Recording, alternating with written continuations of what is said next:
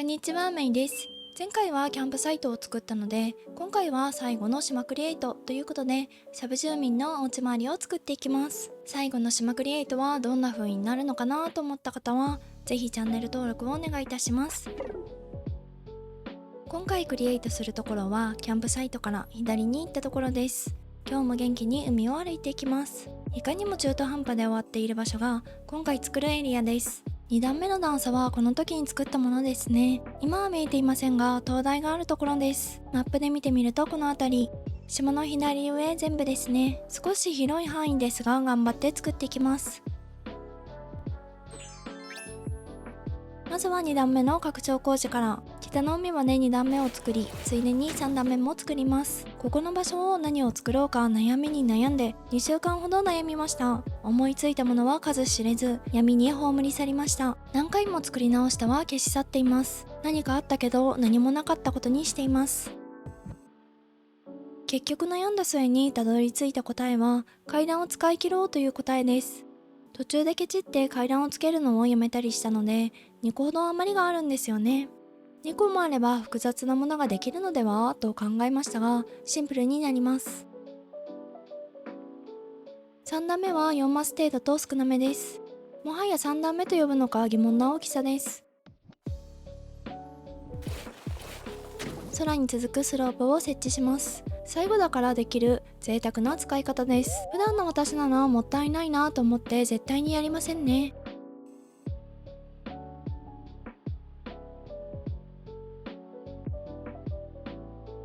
ついでにサム住民を1年越しに叩き起こして移設作業をしてもらいます。収納量がまだ少なかった頃に作ったサブ住民ですね。今は5000まで収納があるので、なかったことにされている住民です。移設が完了しました。不要な崖を削り、マイデザインをたくさん貼る作業をしていきます。階段周りを削っていきます。本当は崖はギリギリまで削りたかったのですが、なぜか一マス残さないといけない制約がありますよね。次回作ではギリギリまで段差が削れるようにと祈りを捧げます。こんな感じになりました。飾り付けをしていきます。これだけのために描いた白い木のマイデザインを敷きます。一番奥にドアを置いてどこかにつながるようなファンタジーなフォトスポットができました。緑の地面に海のマイデザインを貼って奥の海と同化させていきます。不自然ですがいろいろ試した結果、一番望んでいるイメージに近かったので OK。1段目にも海を作るので馴染んでくれることを願います。オランジと最後の階段の設置です。階段を使い切ったのは4年目にして初めての出来事です。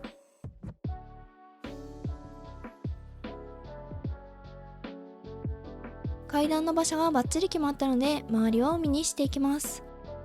キャンプサイトで作った海、案内状裏に海を作った時のものとつなげていきます。更地にする時がかなりめんどくさそうと思いながら敷いています。石が生息する場所は周りに波を作って小島風に、素材集めのためにこの石は活かします。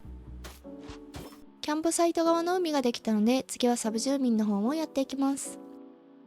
海を作る下準備として砂の道を家の周りに敷いていきます。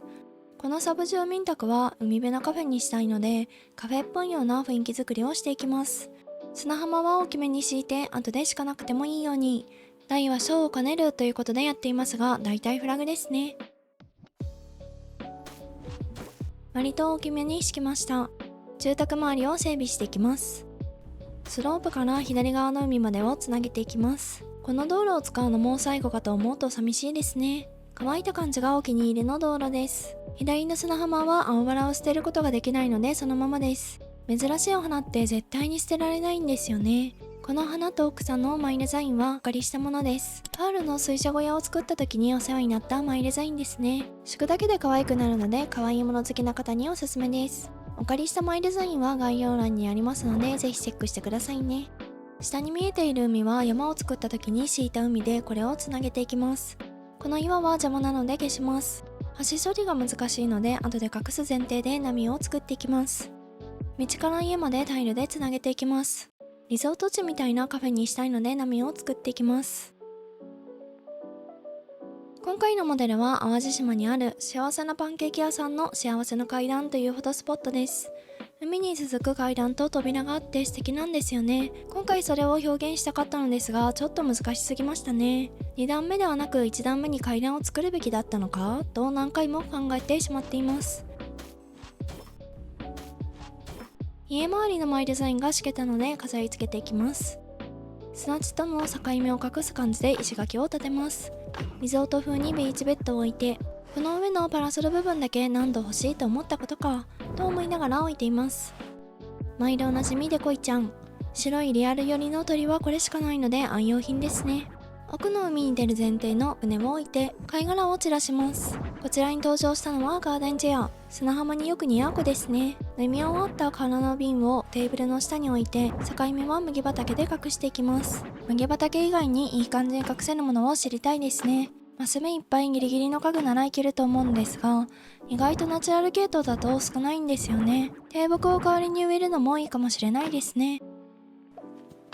麦畑をたくさん置いていってあまり整備されていない雰囲気に。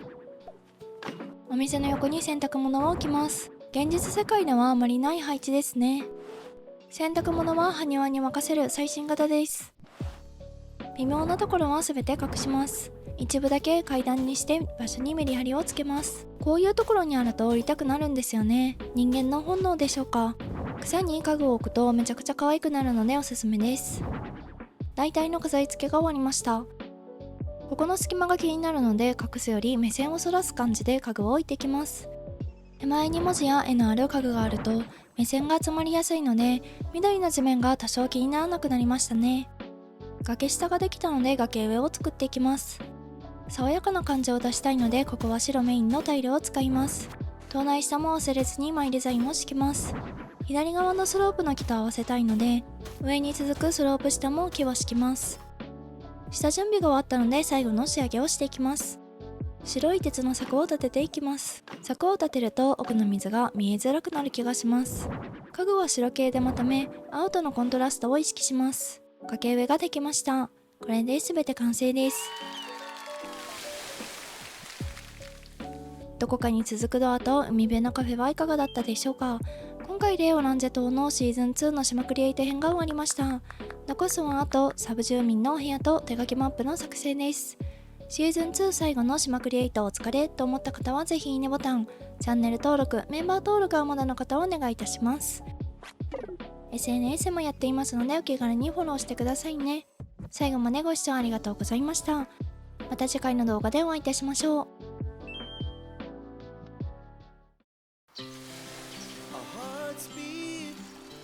To the city streets, we began to feel the fire.